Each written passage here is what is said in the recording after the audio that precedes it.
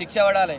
నేను నా మోడీకి చెప్పుకోవాలన్నారు కదా, ఇవాళ మోడీ ఏం చేసినో ఇలా చూసారు. ఇలా కొద్ది వరకే ఇవాళ భారతదేశంలో సివిలియన్ ప్రాంతాలకు ఇబ్బంది కావద్దు, వాళ్లకు పాకిస్తాన్కు సివిలియన్ ప్రాంతాలకు ఎవడైతే ఉగ్రవాదులు ఉన్నాడో వాని స్థావరాలకు వాళ్ళ వరకే దాడి చేస్తామని చెప్పి చేసిరు.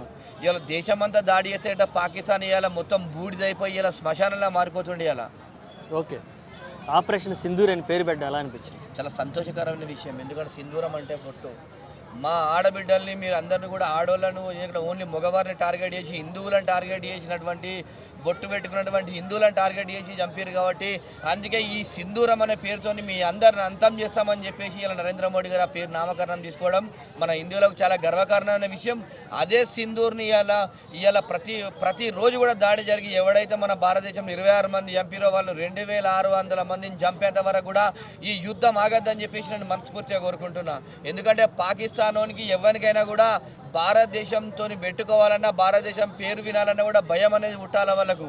ఎందుకంటే ఇది షాంపిల్ మాత్రమే ఇచ్చారు కాబట్టి ఇంకా ఉంటుంది ముందట. ఓకే, ఎంత జరిగినా కానీ మళ్ళీ వాళ్ళు మోడీకి వార్నింగ్ ఇవ్వడం ఎలా చూడాలి? మోడీకి వార్నింగ్ ఇచ్చే స్థాయి ఆ దేశంలో లేదు, ఆ దేశంలో ప్రజలకు లేదు, ప్రధానమంత్రికి లేదు, ఆర్మీకి లేదు.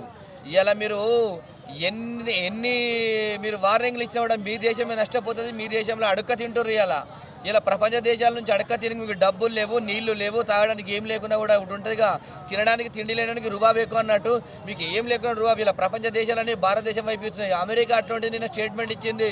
ఇలా భారత్ దాడి చేసే కూడా మీరు ప్రతి దాడి చేస్తే మీకు చర్యలు తప్పాయని కూడా ఇలా అమెరికా మనకు సపోర్ట్ చేసిందంటే ఇలా భారతదేశం ఎంత గొప్ప విషయము, ఇలా మన ప్రధానమంత్రి ఎంత గొప్ప విషయం, మన దేశ సంస్కృతి ఎంత గొప్ప విషయం అని చెప్పేసి వాళ్ళు గమనించాల్సిన విషయం ఉందని చెప్పి తెలియజేస్తారు.